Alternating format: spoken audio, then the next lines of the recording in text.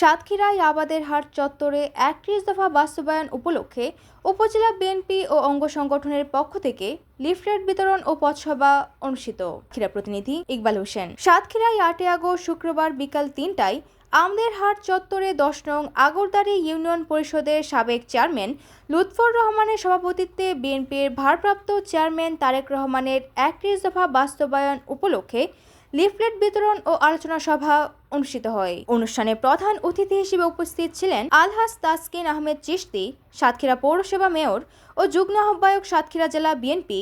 আর উপস্থিত ছিলেন রবিউল ইসলাম, সদস্য সচিব সাতক্ষীরা সদর উপজেলা জেলা কৃষক দল, বিশেষ অতিথি নজরুল ইসলাম, সাবেক সভাপতি শিবপুর ইউনিয়ন কৃষক দল, সাবেক সদস্য সচিব শিবপুর ইউনিয়ন মিজানুর রহমান, হাফিজুল ইসলাম, সভাপতি ৯ নং ওয়ার্ড কৃষক দল।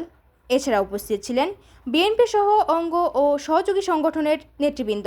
পরে ৩১ দফা বাস্তবায়নের লক্ষ্যে লিফলেট বিতরণে অংশ নেন বিএনপি সদর ২ আসনের ধানের শীষের মনোনয়ন প্রত্যাশী আলহাজ তাসকিন আহমেদ চিশতি। তিনি বলেন, ধানের শীষ প্রতীকে যেই নির্বাচন করুক সবাই একযোগে কাজ করার আহ্বান জানান। এর আগে প্রধান অতিথির বক্তব্যকালে তিনি বলেন, জুলাই আগস্ট ও মুক্তিযোদ্ধায় যারা শহীদ হয়েছেন সকলের বিদায়ী আত্মার মাগফিরাত কামনা করি।